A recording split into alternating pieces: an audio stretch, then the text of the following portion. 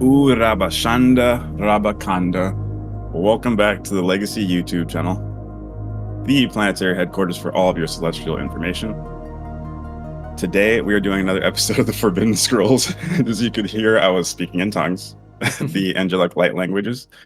If you guys understood what I was saying, then shout out to the squad. Today, we are doing the Law of One, the raw material. And we are picking up from where we left off in part 1. So if you haven't seen part 1, make sure you go check that out. We are starting at 1421. Without further ado, let's jump into it. How long is one of your cycles? I am raw.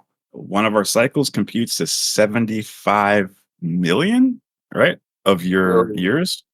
I think so. 25 million, right? 750 million, sorry. 750 million of your years. And the questioner goes 75 million. Ra says that is correct. I don't know. It says both 75 and 750 million years there, so I don't know which one is correct. But the questioner reaffirms 75 million, and Ra says that's correct. So, all right, 75 million. In your service in giving the Law of One, do you work with any planets other than the Earth at this time, or just Earth? I am Ra. We work only with this planetary sphere at this time. You stated that you were called by 352,000 Earth entities. Does this mean that this number is the number who will understand and accept the Law of One? Am I correct? I am Ra. We cannot estimate the correctness of your statement, for those who call are not in every case able to understand the answer to their calling. Moreover, those who were not calling previously may, with great trauma, discover the answers to the call nearly simultaneously with their late call. There is no time-space in call. Therefore, we cannot estimate the number of your mind-body-spirit complexes which will, in your space-time continuum distortion, hear and understand. How do you perform your normal service? How have you normally given the Law of One over the last 2,300 years? How have you normally given this to Earth people? I am Ra. We have used channels such as this one, but in most cases, the channels feel inspired by dreams and visions without being aware, consciously, of our identity or existence. This particular group has been accentuatedly trained to recognize such contact. This makes this group able to be aware of a focal or vibrational source of information. That's interesting. So some channels are inspired by dreams and visions without being aware. Keys of Enoch talks about that, getting scenario abstracts, getting those pictographs from the stars if you reach a certain mind, body, spirit level to put it in without finding them, what I'm trying to say. To put it in layman's terms, I was trying not to say that, but to dumb it down enough. Yeah, in layman's terms, your mind, body, spirit progress will dictate if you can capture these pictograms. I guess in a way that itself is revelation. That is kind of a channeled contact with a higher source. It's not like a direct being coming to talk to you, but if you're tapping into that cosmic memory bank that we talk about, the hard drive of scenario abstracts and mental pictures, if you can tap into that, technically you're getting revelation from a higher source. It's not like a being talking to you, but it's like interesting. Personal revelation. Yeah. I feel like the thought adjusters play a similar role in a way, right? In the Urantia book, it describes the thought adjusters can kind of work with us in our sleep, but we're safer to assume it's just like the regurgitation of our subconscious thoughts in our mind, because it's difficult to say like this was exactly a message from a thought adjuster, because our mind kind of warps it a little bit. But I feel like that is the part of the thought adjuster's role, right? Is like coordinating external influences in our mind. So there might be celestial influences we're not aware of that are having some influence on our mind, and some of that could be channeling, I suppose. Yeah, I'm trying to find that quote right now. Do you know what it is? How many words in it? Yeah, I could probably pull it up real quick. While their mortal hosts are asleep, the adjusters try to register their creations in the higher levels of the material mind, and some of your grotesque dreams indicate their failure to make official content. The absurdities of dream life not only testify to pressure of unexpressed emotions, but also bear witness to the horrible distortion of the representations of the spiritual concepts presented by the adjuster. Your own passions, urges, and other innate tendencies translate themselves into the picture and substitute their unexpressed desires for the divine messages which the indwellers are endeavoring to put into these psychic records during unconscious sleep. It is extremely dangerous to postulate as to the adjuster content of the dream life. The adjusters do work during sleep, but your ordinary dream experiences are purely uh, physiological and are purely physiologic and psychologic phenomena. Likewise, it is hazardous to attempt the differentiation of the adjuster's concept registry from the more or less continuous and conscious reception of the dictations of mortal conscience. There are problems which will have to be solved through individual discrimination and personal decision, but a human being would do better to err in rejecting an adjuster's expression through believing it to be a purely human experience than to blunder into exalting a reaction of the mortal mind to the sphere of divine dignity. Remember, the influence of a thought adjuster is, for the most part, though not wholly, a superconscious experience. In varying degrees and increasingly as you ascend the psychic circles, sometimes directly, but more often indirectly, you do communicate with your adjuster. But it is dangerous to entertain the idea that every new concept originating in the mind is the dictation of the adjuster. More often, in beings of your order, that which you accept as the adjuster's voice is in reality the emanation of your own intellect.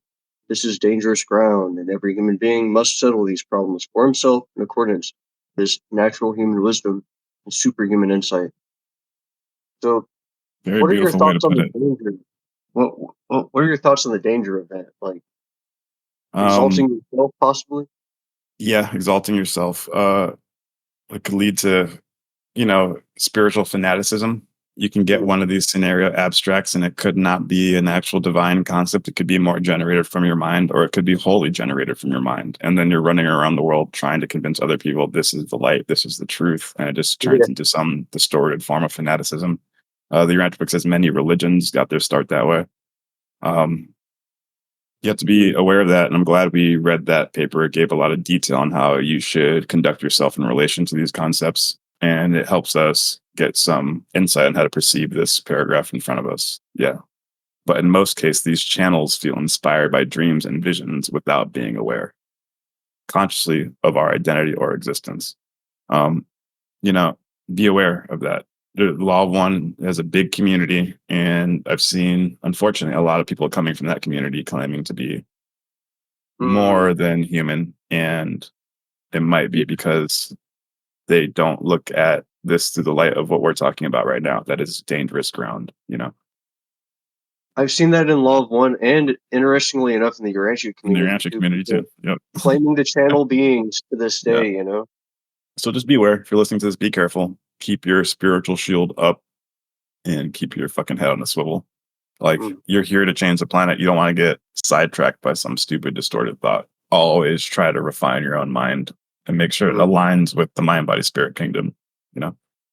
But And I couldn't also, agree with that more. when it comes to like, okay, say you do have an inspiring dream or even especially a lucid dream where, someone's narrating something to you and you're actually able to pull out information, you might have the idea that this is your higher self or your thought adjuster just because you highly respect that concept. You really love that idea.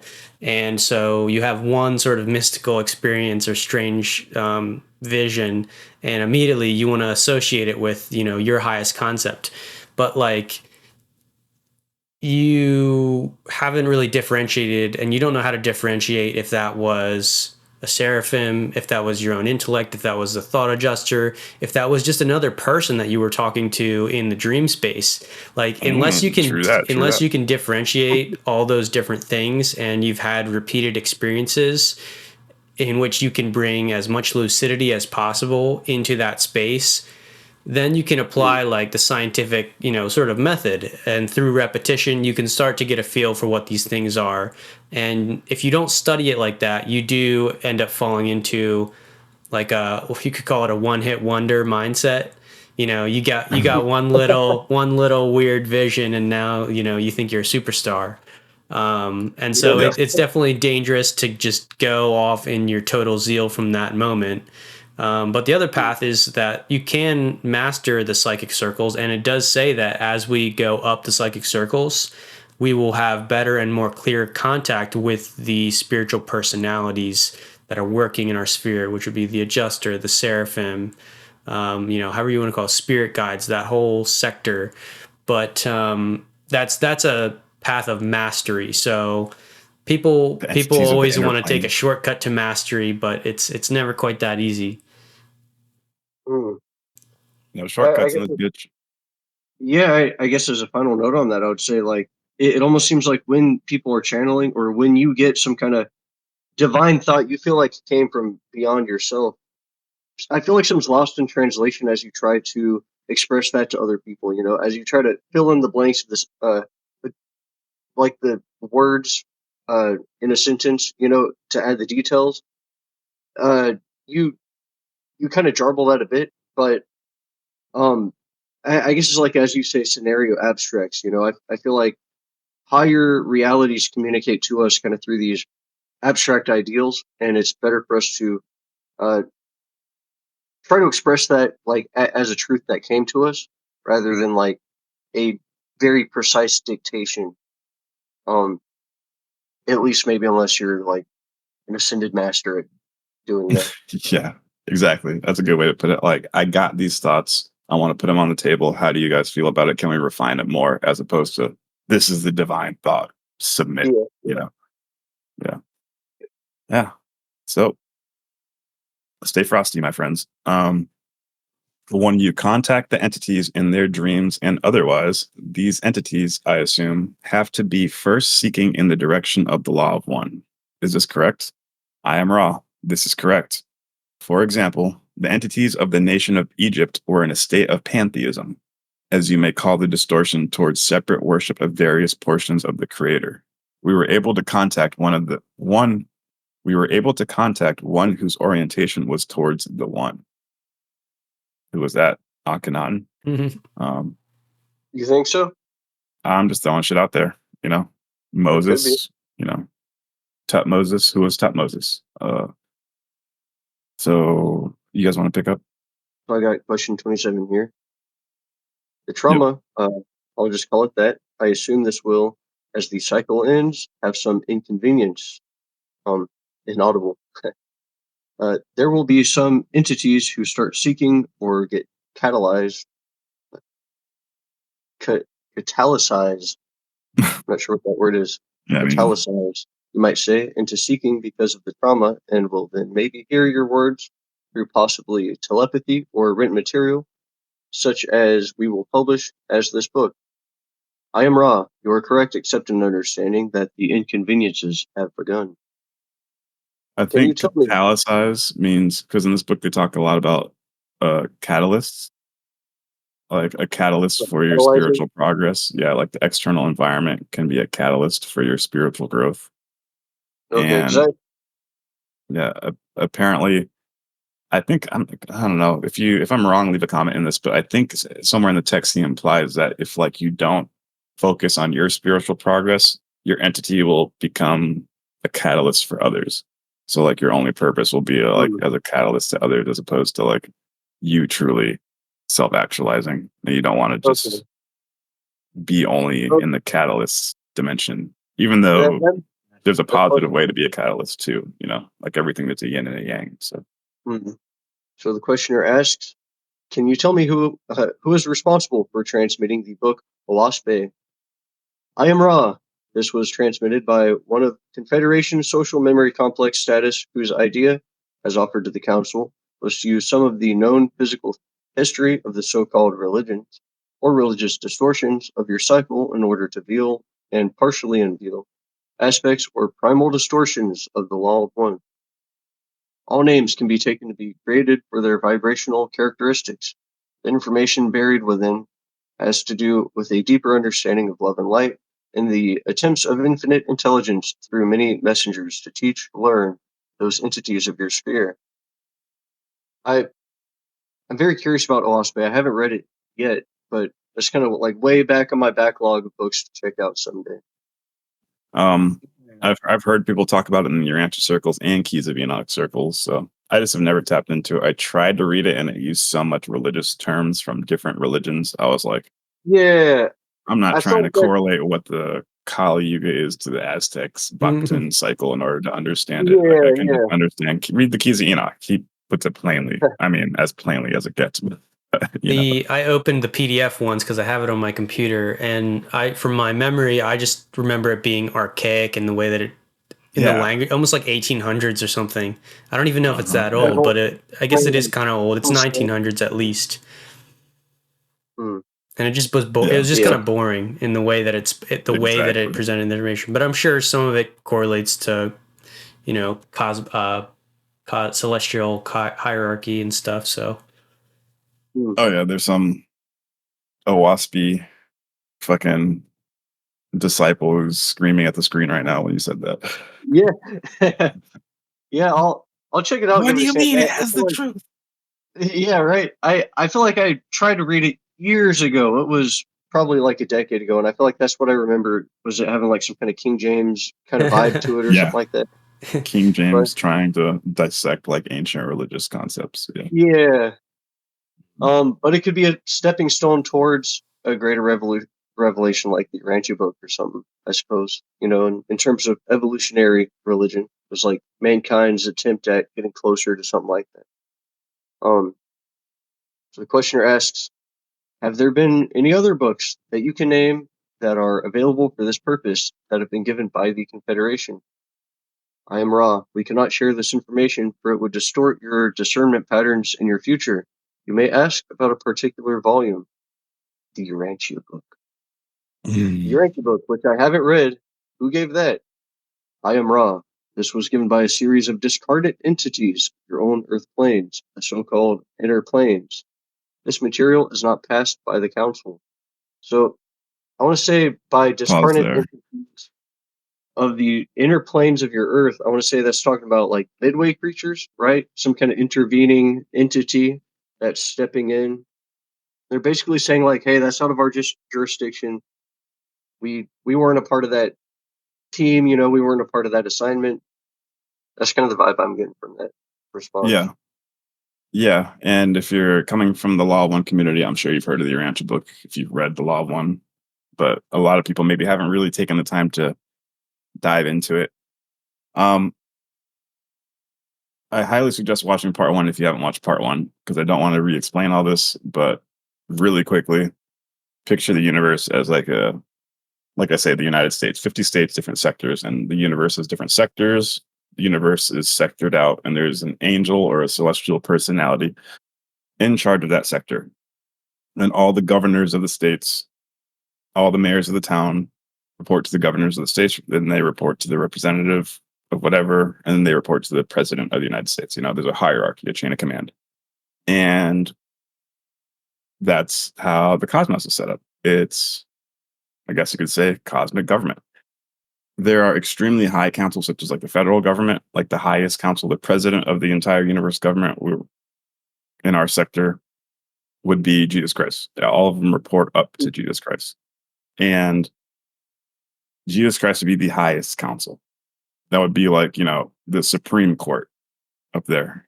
And then there's lower, like town civil courts. And with civil matters, those never get kicked up to the Supreme Court. The Supreme judges never look upon small matters of, Dion parking in the wrong spot on Saturday night.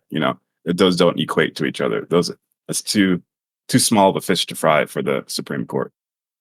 So I take it as I'm giving benefit of a doubt here when they say that the Urantia Book wasn't passed.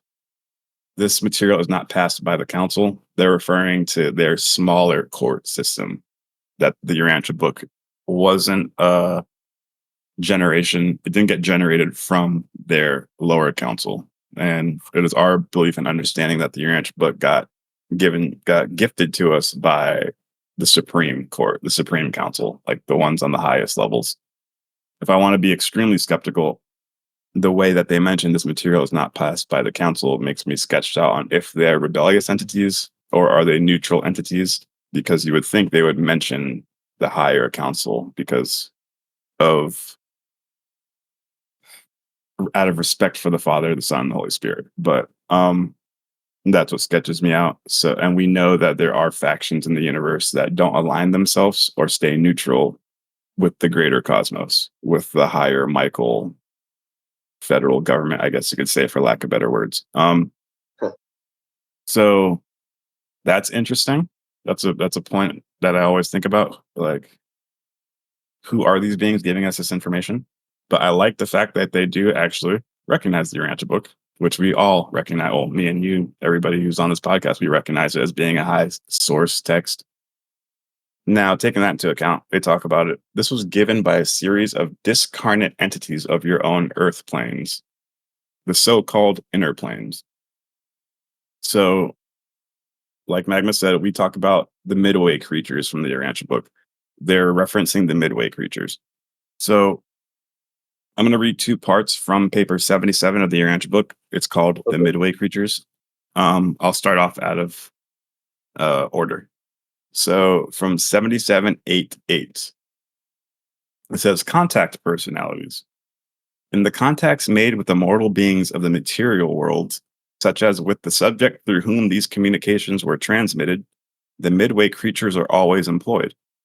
They are an essential factor in such liaisons of the spiritual and material levels. Okay, so when high celestial beings, extraterrestrials from another planet, another part of the cosmos, they land on our planet and they want to give us information, they will use the midwayers as translators, because the midwayers are from Earth. They were born on Earth about 500,000 years ago, from when the Anunnaki landed back in Sumerian times. The midwayers got created, and they were pretty much humans like us, but they could phase to be invisible. And because they've been on planet and they never die, they've seen the history of events from the beginning of, historical civilization. They are able to translate concepts to different societies because they've been here actually experiencing. They're like anthropologists, ethnographists, and they've been on planet for 500,000 years. So when a high celestial ET lands on our planet and wants to give us information, they'll employ the midwayers. The midwayers act as tour guides for these celestial beings. So the midwayers are able to draw close to us to translate information to us and word it in a way that we can understand, because the celestial being doesn't know English. The celestial being will kind of put a mental picture to the midwayer, a scenario abstract, say, hey, this is what I want to tell the humans. The midwayers will look at it and be like, okay, this is how you explain it. And then I'll explain it. That's how the Urantia Book explains how the midwayers function. And if you want to know exactly who they are, it says from the very beginning of paper 77, the midway creatures. Most of the inhabited worlds of Nebadon harbor one or more groups of unique beings existing on a life-functioning level about midway between those of the mortals of the realms and of the angelic orders. Hence, they are called midway creatures. They appear to be an accident of time, but they occur so widespreadly and are so valuable as helpers that we have all along since accepted them as one of the essential orders of our combined planetary ministry. On Urantia, there function two distinct orders of midwayers: the primary or senior core, who came into being back in the days of Dalmatia from the Anunnaki, and the secondary or younger group, whose origin dates from the times of Adam and Eve, who came about 40,000 years ago. So a lot more recent. So yeah, these midwayers are the beings who Ra is referring to when they're talking about the Urantia Book was given by discarnate entities of our own earth planes, the so-called inner planes. It's true. Yeah, the midwayers were responsible for translating the Urantia Book and giving it to us in the English text and terminology and phraseology. But they were only used as translators and liaison officers. The real information came from higher up celestial beings. Yeah, so the law of wonders and the Urantia groups, this is like a core tenet. The Urantia Book is mentioned like once, and we all go in here, and I see the different arguments, but to understand like what Ra is saying and what Ra isn't saying, it's kind of important here, because sometimes people read, it was given by a series of discarnate entities on your own earth planes, the so-called inner planes. Sometimes they read that and they think, this that could mean like lower astral plane, like, which means that this isn't a high celestial source of information. This is like a local, an earth spirits gave this to us, versus Ra, who is from off the planet. He's not from Earth. So they try, but you see how many steps you've actually encoded your own meanings into what Ra said. And Ra's not making a statement on if this is higher or lower or who it was passed by. He's just saying discarnate entities, so not incarnated humans. So he is affirming that the Urantia Book is from non-human entities, which, you know, don't go beyond that statement. Could be rebellious entities, could be positive entities. You got to figure out from the material itself. And the so-called inner planes, that has a sort of vast context, but we do know that the midwayers exist on some sort of energy spectrum that is not just the physical matter. So I've often heard the inner planes being encompassing a lot of different energetic spectrums. Some people would say that beings like fairies, gnomes, elves, they also exist on the inner planes. The Davic planes is another term people use. These are energy beings that are not incarnated on the same level of the living system that we are on Earth. And we don't know how vast these inner planes are. Some people even say that Agartha, you know, that's a main like thing tied in, the city of Agartha tied in with ascended masters living on Earth. Even like it's like Nazi ideology, right? No, I mean, they talked about it, but Agartha, they took it from something Agartha else. is a bit of an occult thing. It was actually a French guy, okay, a French author. He's the one who is noted as being one of the major revealers of this. The city of Shambhala. Anyway, so those sort of majestic cities with ascended masters, I happen to think that you cannot access them just by going into like some hole in the earth. It's actually, it's the inner plane. You can't enter, you know, even going up the north and south poles, you can't enter Agartha just by taking your airplane through some sort of vortex there. There actually is an energetic transfer, and that's where the phrase inner planes ends up coming from. Inner planes, astral planes. So this is energy, not necessarily just a place. But we also do know from the Keys of Enoch that there are certain power points and vortices on the earth in which you can access these realms, but the realm itself is not specifically physical. So that's some context on the inner planes. The last sentence there is, this material is not passed by the council. So obviously, like Debake had already gone through, the question is, what council is he talking about? So you have to look up, when does Ra reference the council that Ra is working with? Because Ra has mentioned things like he has permission from the council, or he got permission from the council to incarnate on Earth at one point to try and assist and teach the law of one. He has permission from the council to be in the inner planes in the realm of thought. That's where he is when he's working on the planet and doing these channelings. I think he even says that he is in the thought realms, residing there. The social memory complex is in our thought realms, and that's how we can have access to them despite possible like quarantine limiting contact from off the planet. So the council here, I pulled up, this comes from session 7, and the questioner says, I have a question here, I believe, about that council from Jim. Who are the members and how does the council function? I am Ra. The members of the council are representatives from the Confederation and from those vibratory levels of your inner planes bearing responsibility for your third density. The names are not important because there are no names. Okay. So even there, Ra says that some of the council representatives from the Confederation are actually from the inner planes bearing responsibility for our third density. So already some of the Council of Ra, they're also on the inner planes, but the inner planes that gave the Urantia Book, the discarnate beings, they're not necessarily associated with that same council. So one, I guess that helps you understand that saying they're from the inner planes of Earth does not mean they're higher or lower, because Ra's council also has beings from our inner planes representing the Confederation. So this is another part that actually affirms, I guess, the reality of the Urantia book. He says that Ra talks about two different councils. He says that there is the Council of Nine, and he says that they have a position on Saturn.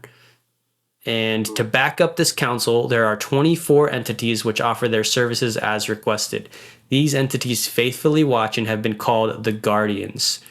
So raise your hand if you think. Read that one more time. Yeah. So there's the Council of Nine is on Saturn. To back up this council, there are 24 entities which offer their services as requested. So the Council of 4 and 20. Yes. Yeah, and so if you want to know, like, does the Urantia book have celestial information? If you are coming from the point of reading the Law of One and trusting that, he's now sort of affirming in a roundabout way that here is one true fact, in the Urantia book, because Ra also says that this Council of 24, he also says that exists, and he gives some context on it. So those are two other matching points when you're trying to read between the lines amidst what Ra probably calls the law of confusion, in which he doesn't say more than is being asked of him, and there's some things that are like off limits in a sense. And you know that this is one of those off limits topics in which they always hold back what they're trying to say, because just a couple lines above, the questioners ask, hey, is there any other books written by the Confederation? Like, can you list them for us? And he's like, no, I can't list them for you. You have to ask specifically about one of them, and I can talk a little bit about it. So that's like that whole law of free will, law of confusion, limiting information. That's why this whole book is a Q&A format, because it's only meant to be at the level that the seeker is able to ask. And that's an important spiritual principle, is that you shouldn't try and give somebody more than they're really asking or able to understand or want to. So I think that covers the concept here. So yeah, so Ra refers to it as the Council of Nine, right? Mm. Yeah. That's the count. It's safe to say that's the council he's referring to. Yeah. Okay. That's interesting. I want to make some correlatory points between the Urantia book and the Keys of Enoch. Yeah. T'Challa is 1% by 1% winning me over to his thought forms, but I do want to put this out that I do get sketched out that they don't, it's not passed by the council. Yeah. Technically, all these councils should be confederated and integrated with the highest council, right? So, and if like a command comes in from the federal government, you kind of have to be like, yeah, like, no, that's a good point too. So if a command comes in from the federal government, you kind of have to say yes and be like, yeah, it's passed by the council.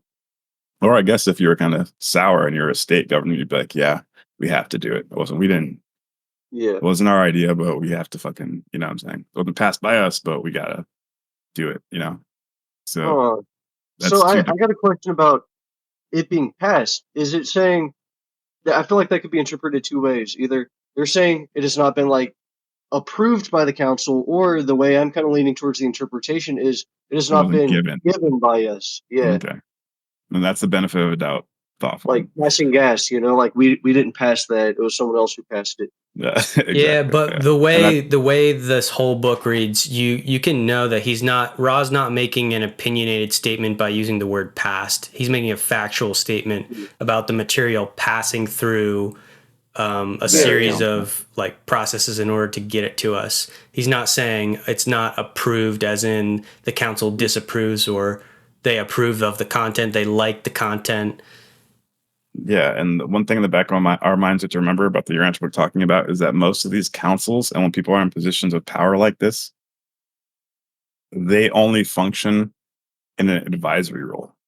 Like, they're there, and they're only there to help if planets kind of call on them, it's like all these high beings don't try to usurp power.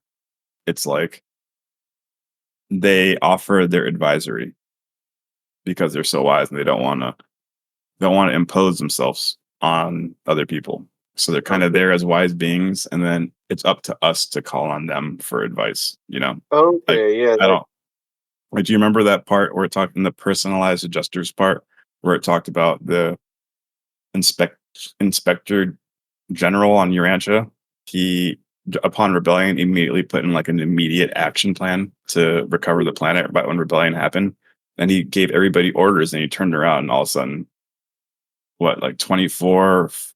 14 personalized adjusters appeared out of nowhere. And he was saying, I was shocked. I was not expecting them to show up. And they just showed up, offered assistance. And he said they were too high of beings, and I felt wrong to give them orders. So I did not give them orders. So they just offered their advice the entire time. And if we didn't listen to their advice, we would have been fucked. So like they don't really impose. They're just kind of in an advice. They're all omnipotent beings, and they're like, here, if you want to use us, use us. If you're not, we respect that. Not keeping that in the back of our mind. You read that part, right, with the Council of 9, and it said they were supported by the Council of 24, right? Yeah. So that implies autonomy between councils but they can request support if they want to. So the Council of 9 can do what they want autonomously. The Council of 4 and 20 can do what they want autonomously. If they need support from each other, then they will request it. Sure. Okay, so I think I'm coming to arriving at kind of a conclusion. This could be way off, but what if the Raw Council, like there are certain things they're not even aware of. Maybe like because of our unique status, we were told some things in the Urantia book that maybe their whole cosmology and perception of reality is a little different, even though they are advanced beings. But what if like the Council of 4 and 20 is the highest level of government they know about, and they're like right. associated with them, but then they just know like the Great One, like God beyond that. Maybe they don't know about Uversa and all that kind of stuff because they haven't ascended to the afterlife yet. This is pretty speculative, but another I get what you're saying. question that comes up in my mind is what if they are literally the race that lives in close proximity to Earth? You know what I'm talking about? Yeah, I like to think about that. Curious to know, there's a race of non-adjuster fusers or something like that. They're like spirit fused beings because they're non-breathers, so they wouldn't know about the thought adjusters per se. They might have a different structure of ascension and maybe a part of achieving this collective consciousness in their late stage of evolution. Wow. I thought about that recently because the way that Ra describes ascension is a little bit different from the individualized finaliter journey when you have the thought adjuster. And so I did wonder in my mind, like, I wonder what their ascension goal is, if they're spirit fusers, like what's going on here. But as far as like a race that lives near to us, the thing that's weird about that though is that I would assume that Urantia's talking about another third dimensional race on a planet, like we can go there with the spaceship. But Ra is not like that. He says he's in the 6th density, and that they started as 3rd density beings on Venus like millions of years ago. So I don't think that's the correct reference, because I would assume that Ra is on those Mirantial levels, that their society is in that 5th density and up. Well, okay, Taylor, here's a question for you. Does Ra ever mention, to your knowledge, the species they evolved from? Like saying, like, we evolved from this species of animal, we were once squids and we became people, that kind of thing. Because I wonder, could they be absentite beings? Like they're not even evolutionary beings altogether. They could be. No, they're definitely evolutionary because they talk about how they rose through the densities like from us. 3rd density. Yeah. So they are ascending for sure. I would have to look up, if you just look up the first time he mentions Venus, it's kind of a side topic though. So I don't want to get into that right now on Ra's origins of Venus, because I do have another quote chapter here though to help understand. So now that we looked at, when Ra says the council, which council he's talking about, it's most often the Council of 9 and the Council of 24. we know that the Council of 24 is local to Earth, right?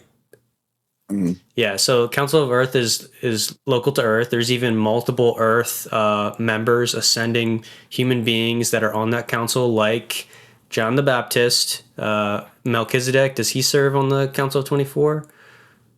I'm on the paper right now. I'm going to read it after. Yep, he's number 14. Yeah. And Elijah, Moses, are Adam Enoch, and Eve on that council? Adam and Eve are both. Yeah. Yep. So a lot of like Earth personalities. So that's like a local council to Earth. You could call that part of the Ascended Master, but a little bit separate from. Yeah. But for sure. that fits the Ascended Master concept for sure. But there is a designated 24 that operate on the council. So then next one up, Council of 9. It says they're on Saturn. You could probably look up a little more how much jurisdiction the Council of 9 has. But to me, that seems like more of like a galactic council that probably interacts. It may even be like the local galactic federation. Our nearest neighbors are maybe all interact with the Council of 9 at some at their higher spiritual levels, because that's not a physical beings either. The Council of 9. I think that the way that the Council of 9 is described, they're not ascending beings. They sound closer to like a form of adjutant mind spirits, but connected to like that lineage of spirit beings. But the last thing I want to read here is just one quote that helps you understand which council the Urantia book passed through. And this is actually at the end of paper 1, it looks like. It just said, at the end of each paper, it says who it was presented by. And at the end of paper 1, it says, presented by Divine Counselor, a group of celestial personalities assigned by the Ancients of Days on Uversa, the headquarters on the 7th super universe, to supervise those portions of this forthcoming revelation which have to do with affairs beyond the borders of the local universe of Nebadon. Oh, shit. Damn, they're high up, dog. So, yeah, and this is where now we can define which council. So the Ancients of Days on Uversa. Uversa is the capital of our super universe. Urantia says there's 7 super universes in the grand universe that are currently evolving, and we are in the 7th one. So Uversa. So the Ancients of Days. An Ancient of Days is it's like a type of personalization from God the Father lineage. And so now we're way past our local universe. Way past. Yeah. So that's where you're talking about the councils. So the councils the beings that wrote the Urantia book and authored these papers in the English language for us, like it's way above the local universe and galactic levels that they were commissioned. You want to read the rest of it real quick? Yeah. Okay. I am commissioned to sponsor those papers portraying the nature and attributes of God because I represent the highest source of information available for such a purpose on any inhabited world.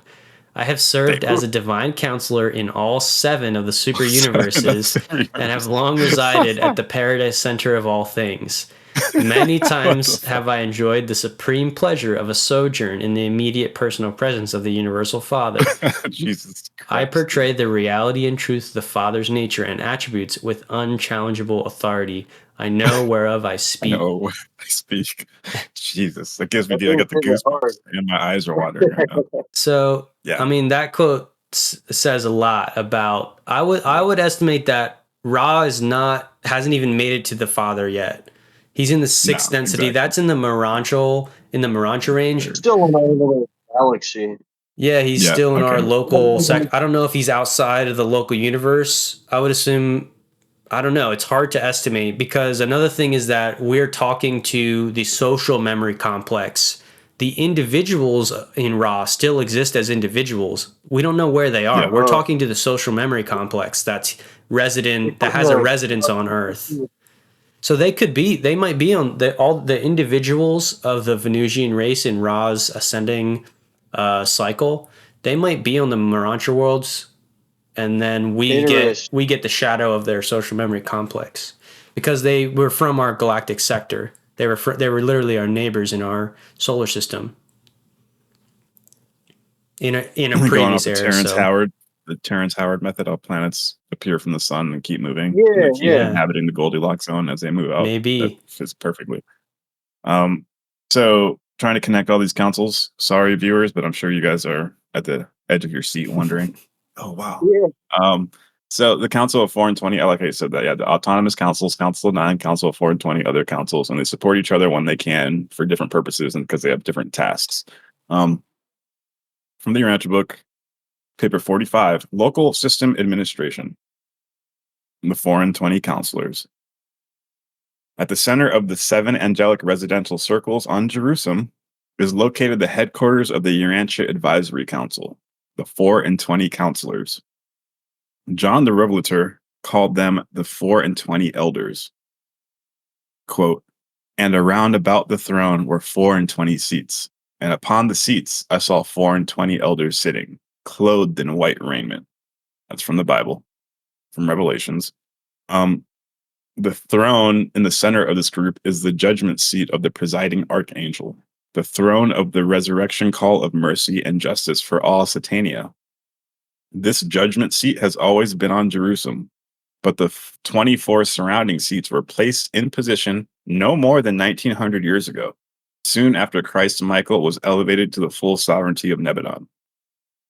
These 4 and 20 counselors are his personal agents on Jerusalem, and they have authority to represent the Master Son in all matters concerning the roll calls of Satania and in many other phases of the scheme of mortal ascension on the isolated worlds of the system. So they focus on isolated worlds, the Council of 4 and 20. They are the designated agents for the executing the special requests of Gabriel and the unusual mandates of Michael. These 24 councils have been recruited from the 8 Urantia races, and the last group were assembled at the time of the resurrection roll call of Michael 1900 years ago.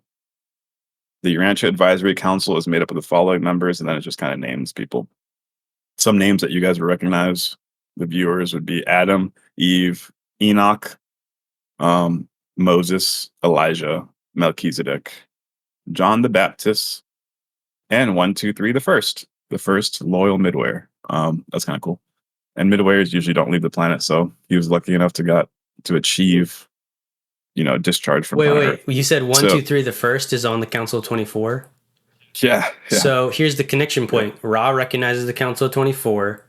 He says that Urantia Book was given by inner planes. We know the council is connected to it's not their council. It's not their council. 1, 2, 3, the first, he is the individual connecting these two. He's like, so 1, 2, 3's he's on the Council 24, but he's also part of the Midware Corps who did a lot of the commissioning, trying to get the Urantia Book from high up, trying to get permission. Yeah. So interesting thread there. It didn't go through their council and went through the Council of 4 and 20, not the Council of 9. A little bit more insight just to get the viewers pumped. So that's up until out of the 24 seats, there's only 16 that are filled. Seats number 17, 18, 19, and 20 are not permanently occupied. They are temporarily filled by the unanimous consent of the 16 permanent members, being kept open for later assignments to ascending mortals from the present post-Pistol Sun Age on Urantia. Numbers 21, 22, 23, and 24 are likewise temporarily filled, being held in reserve for the great teachers of other and subsequent ages that will follow this present age. Some motherfucker, there's 8 seats left open. D-Bake got one of them on it. Fucker. Any of you guys listen to this shit, I hope to see your faces on that shit, because Legacy Boys got about 4 of them. But so that's a cool little thing to get pumped up about. It's a cool little thing to keep in the back of your mind in order to understand how these councils relate to each other. Now I'm bringing it over to the Keys of Enoch from key 117, 29, 38. It says, now that the fallen masters within the solar hierarchies have been removed, all ministering councils in our local universe governed by decisions of the Council of 9, the Council of 12, the Council of 24, and the Council of 144,000 ascended masters can prepare the earth for the Messiah. Yep.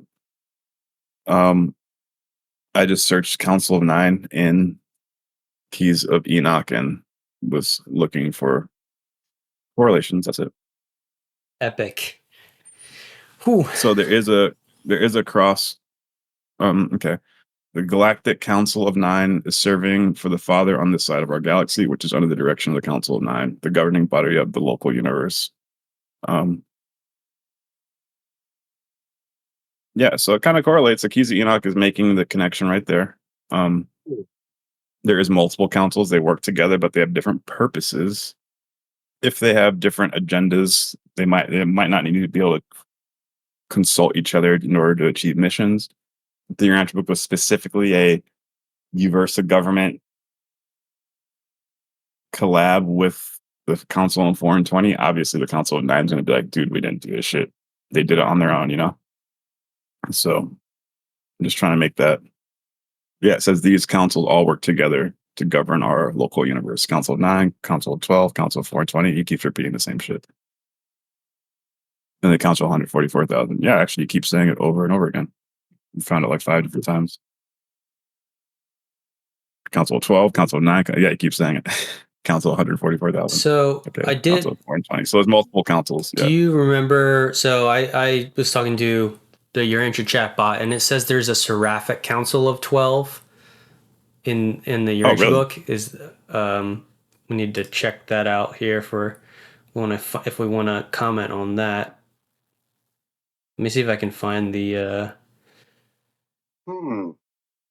There is council. There's Council of 12 in the Urantia book. Yeah, the Supreme Council of 12.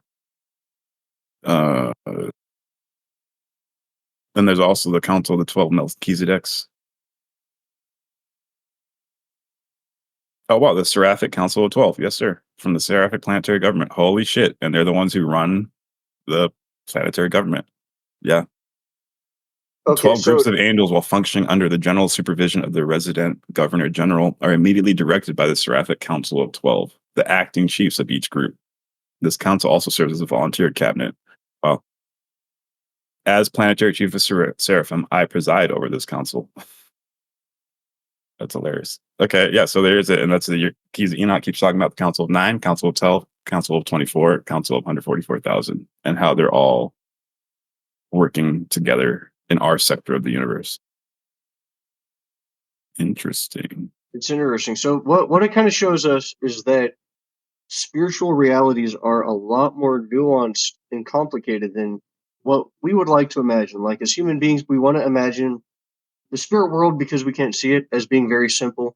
It's run by just a few entities, but it's really more like any big city like New York or something. Even in our little local solar system, there are all these different agencies, all these different influences being coordinated, and there's like maybe a primary government, but then there are also maybe even ambassadors from other divisions, stuff like that. Like, it's a lot more complicated than we would be comfortable with admitting. Yeah, great summary. So I hope that covers all the questions for the viewers, because y'all Law of One lovers Seriously. Love to discount the Urantia book just because of this little quote here. But we're here to show you that these things are very connected, and that's why we are willing to read both. So if you're on the Law of One, you should also check out and maybe be a little more willing to read the Urantia book, because man, it's hard out here. We're starving on Earth for spiritual truth. You gotta don't be too preferential. You better take what you can get. For real. Exactly. We don't have too much down here. From paper 30 from the Urantia book, riffing off what you're saying. Okay. It is not possible to formulate comprehensive and entirely consistent classifications of the personalities of the grand universe, because all of the groups are not revealed. It would require numerous additional papers to cover the further revelation required to systematically classify all groups. Such conceptual expansion would hardly be desirable, as it would deprive thinking mortals of the next 1,000 years of that stimulus to creative speculation, which these partially revealed concepts supply. It is best that man not have an over-revelation. It stifles imagination.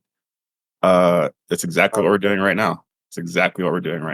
We're supposed to be creatively speculative. Exactly.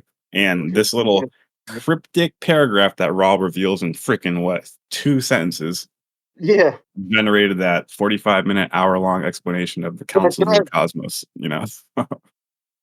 So I think we're doing what they want us to do. And if you're listening to this, I hope these thought forms, these mental pictures can serve you well on your journey. And it's funny. I was going to make a comment on Ra being a social memory complex might have a connection with the Akashic records mentioned by Edgar Casey, and then I looked ahead and The realized next, we're about to talk about that. the next question. Taylor, you want to? I don't want to go down this rabbit hole, but there is a subsect of the Urantia community that believes Edgar Casey was a sleeping subject. But let's move on. Let's not address it now. I can see the argument. I'm not in that camp. But also, maybe they're all law of wonders. They read the two questions back to back. They're kind of just. It's just because Edgar Casey was popular. The thing is that it's like so Edgar Casey is popular, like channeling, and the way that he did it, I think he was unconscious, so that's why they make that connection. But so was Carlo Ruckert, who channeled this with the group of LL Research, and so are so many other people who are channeling. So just because Edgar Casey is popular and he talks about some similar cosmic concepts, it doesn't mean he's the only one who could have done that type of channeling. Right. So it's a loose association. You need more facts to really place him at the time and place, because otherwise it could have just been someone much less known, someone who wasn't actually becoming popular talking about what they were channeling. And another simple fact of who lived around Chicago during the 1930s, I don't think Edgar Casey was known to be present in that area at the same time, but there was a lot going on, like a religious and spiritual revolution among all these Christian offshoots during the late 1800s, early 1900s, around that area of Chicago, Philadelphia, some of the surrounding states. So it could have been any number of people we're not even aware of. Yeah. And speaking to the Urantia Book readers that are listening to this, keep an open mind, okay? Most of the blue bookers, they hold it dear to their chest. So do I, but you guys believe it's the only source of information on planet Earth. And if you read anything else, you're going to hell. It's almost like a Christian type of mindset. Like any other. Yeah, it's okay. You have the spirit of truth. I want to read something from the Urantia Book. So from paper 114, Seraphic Planetary Government. All right. These 12 groups of Urantia Destiny Reservists are composed of mortal inhabitants of the sphere who have been rehearsed for numerous crucial positions on Earth and are held in readiness to act in possible planetary emergencies. This combined corps now consists of 962 persons. The smallest corps numbers 41 and the largest 172. With the exception of less than a score of contact personalities, the members of this unique group are wholly unconscious of their preparation for possible function in certain planetary crises. With less than a score of contact personalities. The score is 14. So it could be 13, 12. There's at least 10 to 12 other people that are making contact at the moment at the time that the Urantia Book was being written. So all the Urantia Book readers out there, it's sleeping subject, only Urantia Book, only the Urantia Book. It says in the Urantia Book, there's over 10 other people getting contacted too. Who were these people? What were their names? And what information were they giving out? Where was that? 114? 7, 8 in the Reserve Corps Destiny. Oh, that's cool. Yep. So the Urantia Book itself says that it's making contact with other people. Who are these people? Is Edgar Casey one of them? All right. Okay. The Edgar Casey material. Who spoke through Edgar Casey? I am Ra. No entity spoke through Edgar Casey. Where did the information come from that Edgar Casey channeled? I am Ra. We have explained before that the intelligent infinity is brought into intelligent energy from 8th density or the octave. The one vibratory sound complex called Edgar use this gateway to view the present, which is not the continuum you experience, but the potential social memory complex of this planetary sphere. The term your peoples have used for this is the Akashic Record or the Hall of Records. This is the last question which you may now ask. Questioner: is there anything we can do to make the instrument more comfortable? or help during the transmission. I am Ra. We only reiterate the importance of alignment. This instrument is placed 0.2 degrees away from the direction of the resting place, which is correct. This may be eyed, shall we say, by sight and the instrument reminded. You are being conscientious. Is there any brief question we may answer before this session is closed? Questioner, can you tell me if we are accomplishing our effort reasonably well? I am Ra. The law is one. There are no mistakes. I am Ra. I leave this instrument in the love and the light of the one infinite creator. Go forth, therefore, rejoicing in the power and the peace of the one creator. Adonai. Adonai.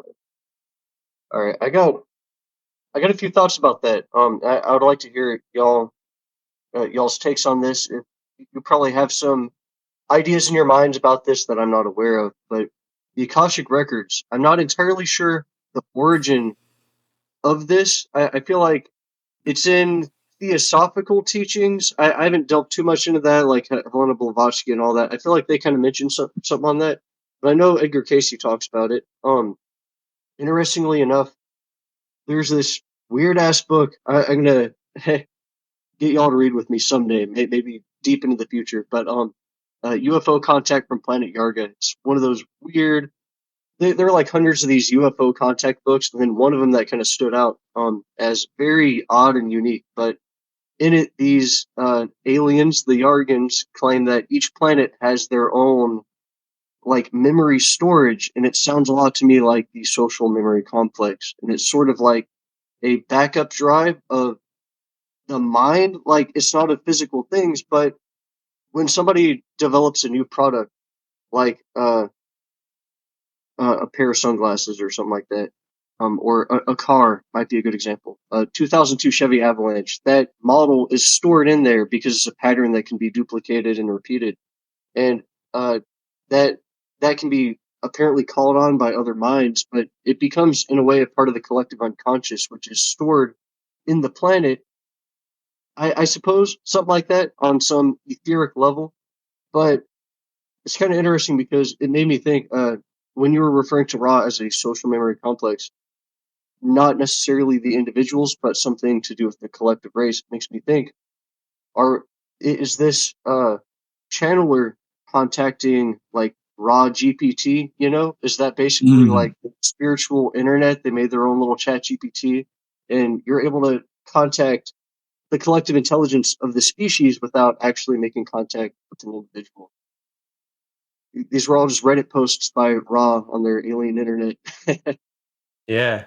Like, I mean, that quote about the Akashic records, this is interesting because it sounds like we have our own records just for Earth.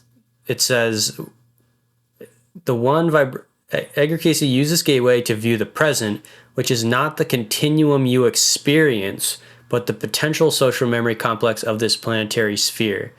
That's interesting because it almost sounds like Edgar Casey you may be able to pull events that, like, you could look at the Akashic records and look at the events of Earth, but it could be hard to tell like which timeline is the correct one. Like, that's almost what it sounds like. And maybe that's where some of the distortion from the understanding of the Anunnaki came from.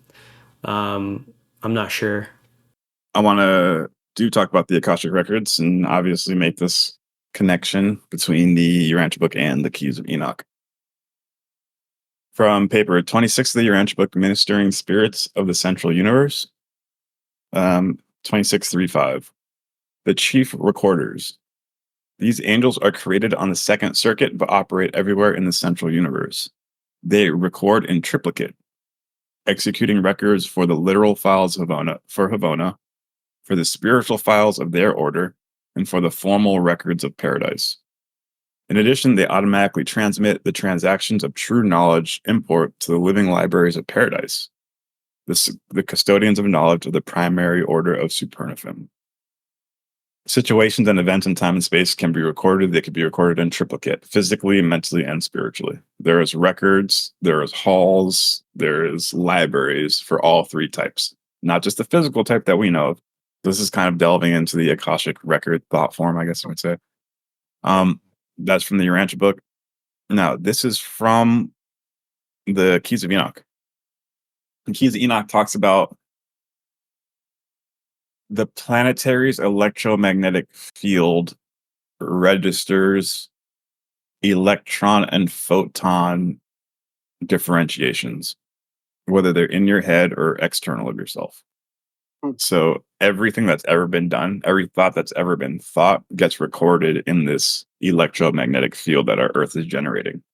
The Keys of Enoch says this electromagnetic field that is getting generated is a byproduct of our highly charged magnetic core that's in a liquid metal, liquid rock type of thing, spinning extremely fast with a layer of quartz over it. And quartz is the most abundant material in the Earth's crust. Quartz also is piezoelectric. So you can create electromagnetic fields by vibrating a quartz crystal against a copper plate. Or if you're in a very dark bathroom and fill up a tub halfway with water and hit 2 quartz crystals together, it'll make a brilliant, bright flash. So quartz has electromagnetic properties. And the Keys of Enoch says that the quartz in our Earth's crust creates a kind of like a hard drive that records all photonic electronic emissions. So if you think a thought, it gets recorded in the Earth's magnetic field. Now from the Keys of Enoch, it says the higher celestials, when they land on planet Earth, they want all this information. They have a way to ping our planet, and our planet will provide all this information that they want to know because the planet has been recording it, aka the Akashic record. Therefore, before this can be done, the brotherhoods who are connected with the seraphim,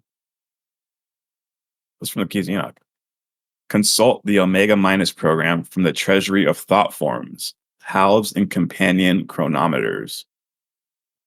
The chronometers, in turn, probe and qualify the species by reading pyramidal maser grids on planets.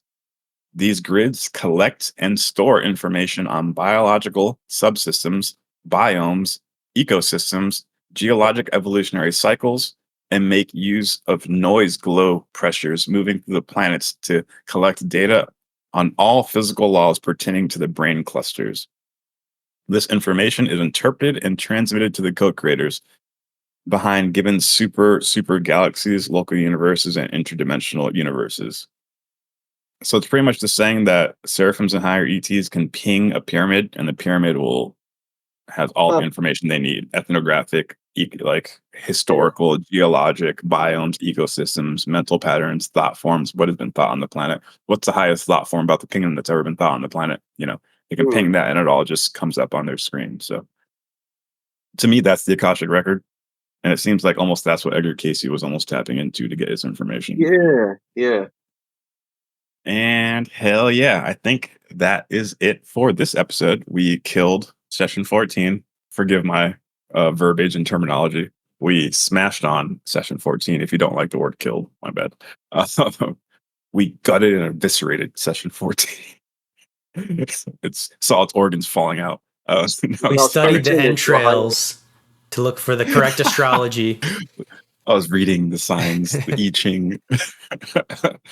I was throwing rabbit bones on the ground, and it told me that Ra is the one.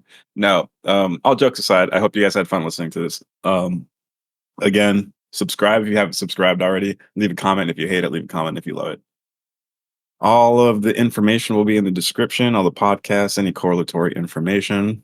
We're going to keep reading the Law of One, so stay tuned.